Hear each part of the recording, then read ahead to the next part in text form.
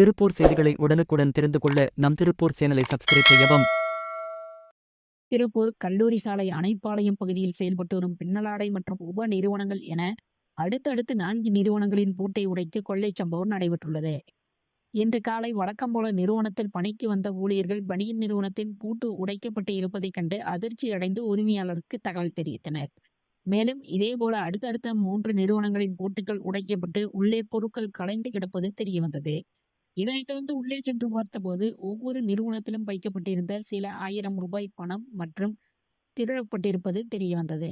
இதனைத் தொடர்ந்து அப்பகுதியில் பொருத்தப்பட்டிருந்த சிசிடிவி காட்சிகளை சோதனை செய்தபோது முகமூடி அணிந்த 5 பேர் கொண்ட கொள்ளை கும்பல் கையில் இரும்பு ராடு, கத்தி உள்ளிட்ட பொருட்களுடன் நள்ளிரவில் சுற்றித் திரிவதும் பின்னர் பூட்டுக்களை உடைத்து கொள்ளை முயற்சியில் ஈடுபட்டதும் தெரியவந்தது.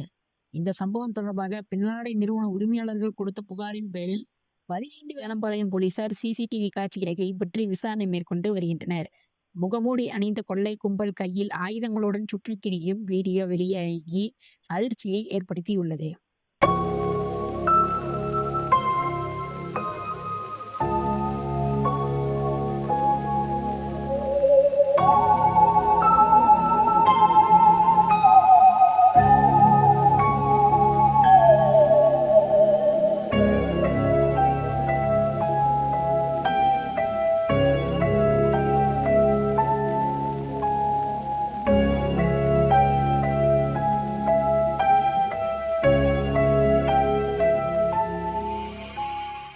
திருப்பூர் செய்திகளை உடனுக்குடன் தெரிந்து கொள்ள நம் திருப்பூர் சேனலை சப்ஸ்கிரைப் செய்யவும்.